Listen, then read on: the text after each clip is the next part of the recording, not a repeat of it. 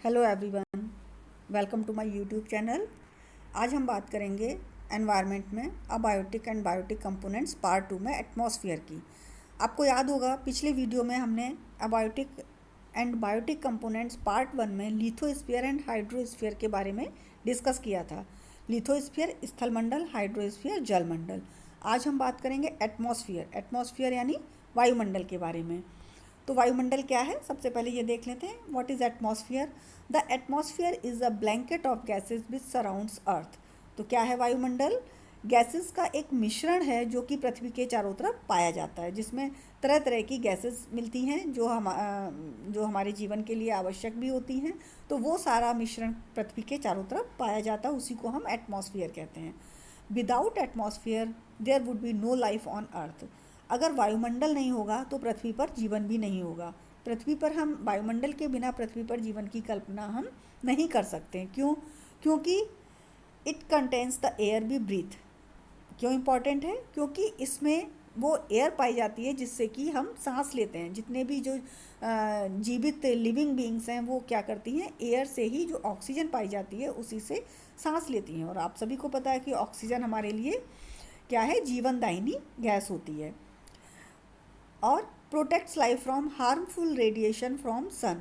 और क्या करता है कि लाइफ जो हार्मफुल रेडिएशन जो सन से आती है उनसे पृथ्वी की रक्षा करता है। हार्मफुल रेडिएशन में क्या होता है, अल्ट्रावायलेट रेज वगैरह आती हैं, उनसे क्या करता है, ये पृथ्वी की रक्षा करता है या जीवन की रक्षा करता है।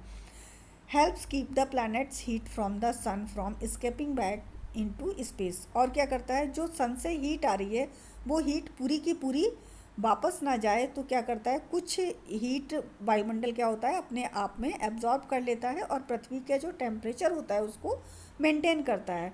अगर आप सोच लीजिए पृथ्वी सन से जो हीट आ रही है वो पूरी हीट अगर पृथ्वी पर आती और पूरी हीट वापस चली जाती तो क्या होता है कि जो दिन और रात में जो टेम्परेचर का वेरिएशन होता वो बहुत ज़्यादा हो जाता।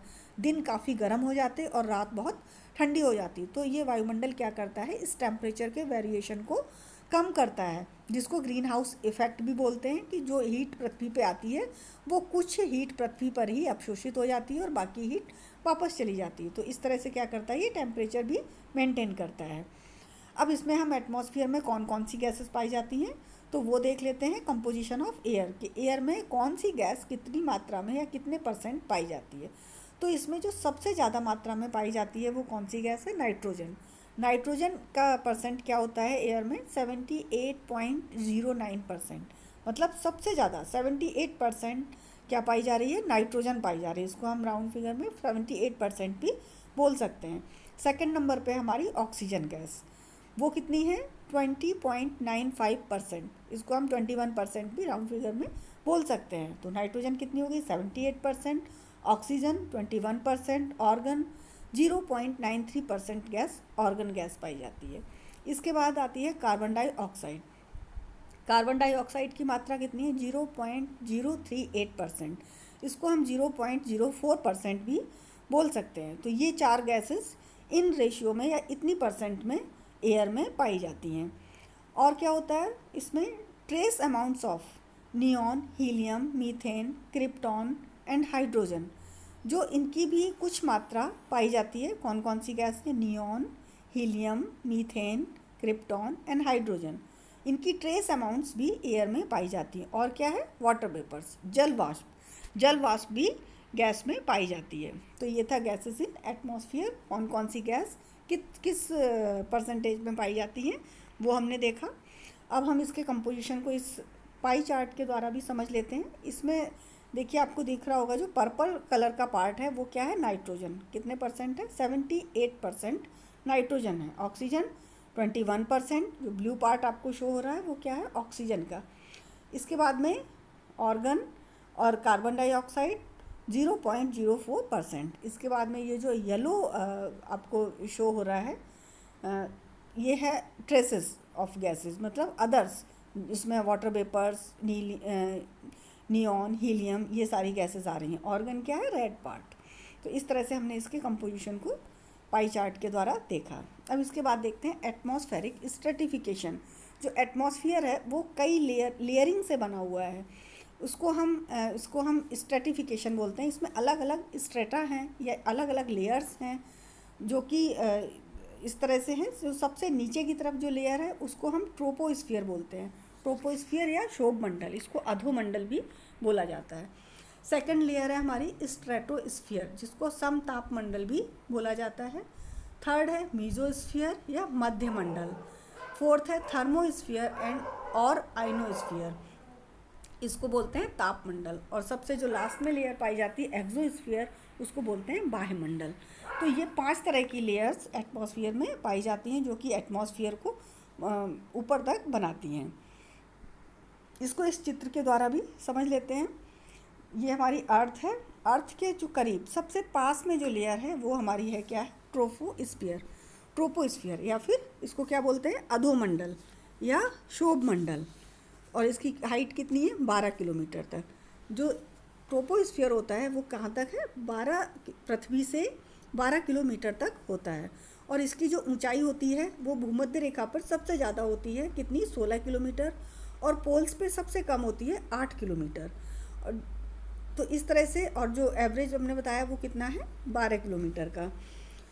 और इसमें ही जो ऑक्सीजन, नाइट्रोजन, कार्बन डाइऑक्साइड सबसे ज़्यादा मात्रा में ट्रोपोस्फियर में ही पाए जाते हैं। और जो जलवाष्प होती है, वाटर वेपर्स, उसका भी 80% पार्ट ट्रोपोस्फियर में ही पाया जाता है।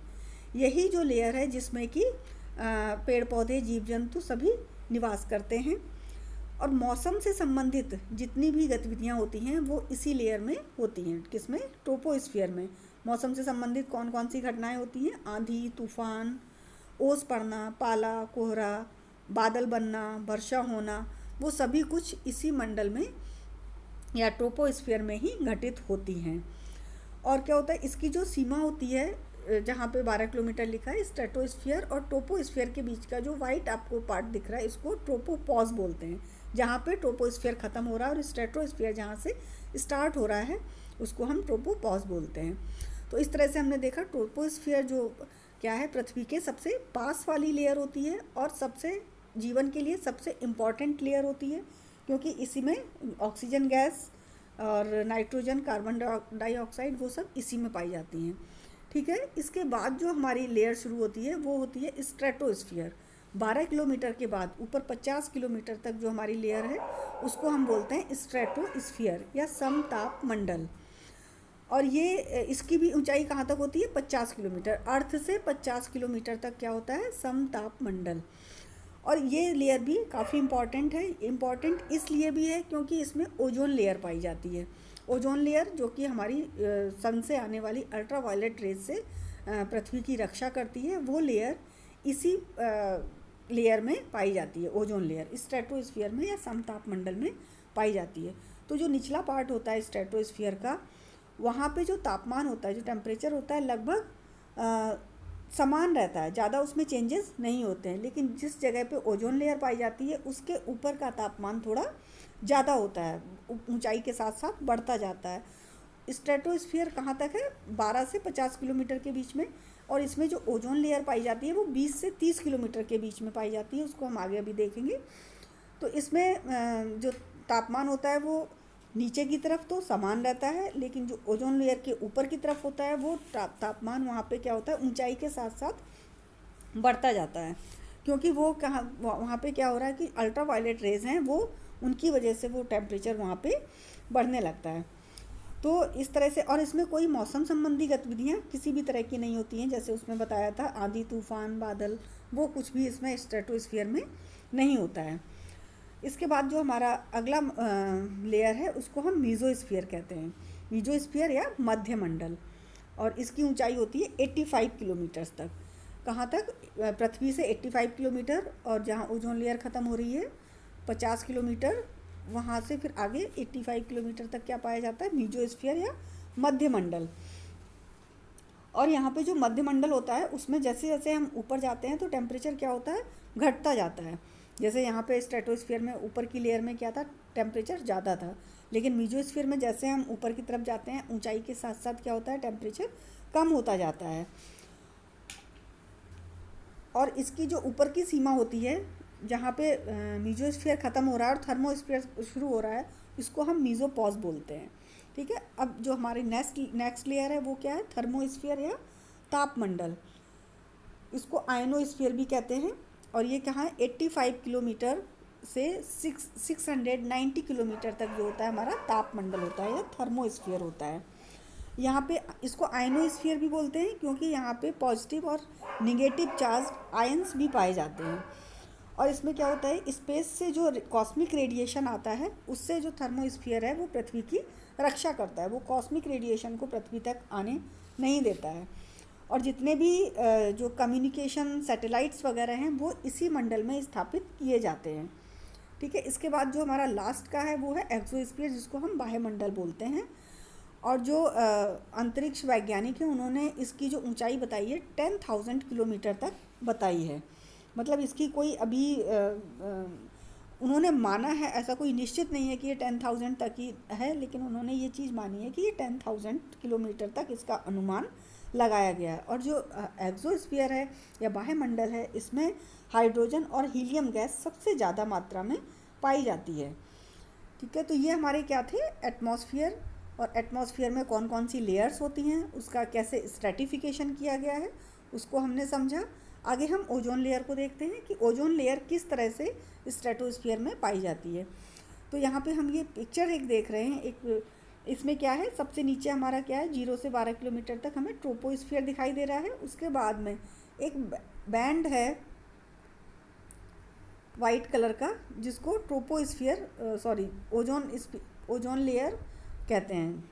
ये ट्रोपोस्फीयर स्ट्रेटोस्फीयर के बीच में जो वाइट लाइन दिखाई दे रही है, इसी को हम क्या कहते हैं, इसको ओजोन लेयर कहते हैं। ये देखिए, ये जो वाइट लाइन है इसको हम क्या बोलते हैं, ओजोन लेयर। यही हमारी ओजोन लेयर है। ये क्या है, ट्रोपोस्फीयर, और ये क्या है, स्ट्रेटोस्फीयर। तो ओजोन लेयर की जो ऊंचाई है 20 to 30 किलोमीटर, और ट्रोपोस्फीयर कहाँ तक है, 12 किलोमीटर तक, और स्ट्रेटोस्फीयर 12 से 50 किलोमीटर। तो 20 से 30 किलोमीटर लगभग जो स्ट्रेटोस्फीयर है उसके बीच में ओजोन लेयर पाई जाती है। और ओजोन लेयर का फंक्शन क्या बताया था कि ये सूरज की परावैंगनी विकिरण को पृथ्वी पर आने से रोकता है। सन से जो अल्ट्रा वायलेट रेज आती हैं उनसे पृथ्वी की या पृथ्वी पर जो जीवन है उसकी वो रक्षा करता है। तो इस तरह से जो ओजोन लेयर, ये बहुत ही इंपॉर्टेंट क्वेश्चन है और अक्सर पूछा जाता है कि ओजोन लेयर वायुमंडल के किस परत में पाई जाती है। तो इसका जवाब क्या हुआ, समताप मंडल या स्ट्रेटोस्फीयर में पाई जाती है। और उसका कितने किलोमीटर पर, 20 से 30 किलोमीटर पे पाई जाती है। तो इसका मतलब ओजोन लेयर की मोटाई कितनी है, 10 किलोमीटर की, क्योंकि 20 से 30 किलोमीटर तक, 10 किलोमीटर तक ओजोन लेयर एक कवच के रूप में पृथ्वी की अल्ट्रावायलेट रेज से रक्षा करती है। तो ये था हमारा एटमॉस्फेयर के बारे में। और जो ये स्ट्रैटिफिकेशन हुआ है ये गैसेस और टेम्परेचर के बेस पे किया गया है, क्योंकि जो नीचे का पार्ट होता है ट्रोपोस्फीयर, वहाँ पे जो गैस होती हैं वो थोड़ा कॉन्सनट्रेट होती हैं, मतलब थोड़ा सघन होता है। और जैसे जैसे ऊपर जाते हैं वो सघनता कम होती जाती है। ठीक है। और इसी तरह से टेम्परेचर भी जैसे जैसे ऊपर जाते हैं कम होता जाता है। उन्हीं के आधार पर इसका स्ट्रैटिफिकेशन किया गया, इसको अलग अलग लेयर्स में एटमॉस्फेयर को बांटा गया है। तो ये था हमारा एटमॉस्फेयर के बारे में। अब हम देख लेते हैं बायोटिक एनवायरनमेंट। अभी तक हम क्या पढ़ रहे थे, अबायोटिक एनवायरनमेंट। अबायोटिक एनवायरनमेंट में हमने 3 तरह के एनवायरनमेंट को पढ़ा। कौन कौन से थे, लिथोस्फीयर, हाइड्रोस्फीयर, लिथोस्फीयर स्थल मंडल, हाइड्रोस्फीयर जल मंडल, एटमॉस्फेयर वायुमंडल, जो कि हमारा अबायोटिक एनवायरनमेंट को बनाते हैं। अब जो हमारा नेक्स्ट है वो है biotic environment. Biotic environment consist of all living things. जैसे कि नाम से ही हो रहा है biotic, bio means living, life. तो बायोटिक एनवायरनमेंट क्या है, इसमें सारी लिविंग थिंग्स आ जाती हैं। Biotic environment is mainly divided into 2 categories, plant kingdom and animal kingdom.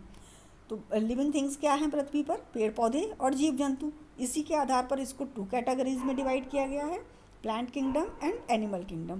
Plant kingdom में हमारे हर तरह के प्लांट जो पृथ्वी पर पाए जाते हैं वो आ जाते हैं, चाहे वो फ्लावरिंग प्लांट हो या फिर नॉन फ्लावरिंग प्लांट हो, जिम्नोस्पर्म हो या एंजियोस्पर्म हो, हर तरह के प्लांट किंगडम में आ जाते हैं, बायोटिक एनवायरनमेंट में आ जाते हैं।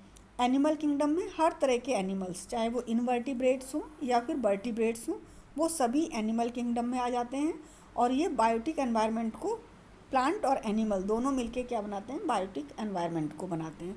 तो इस तरह से ये हमारा part 2 abiotic and biotic environment part 2 भी यहाँ पे ख़त्म हो रहा है। आशा है आपको ये वीडियो पसंद आया होगा और आपके लिए ये काफ़ी हेल्पफुल भी रहेगा। तो अगर आपको ये वीडियो पसंद आया हो तो प्लीज़ इसको लाइक एंड सब्सक्राइब करें। Thank you so much.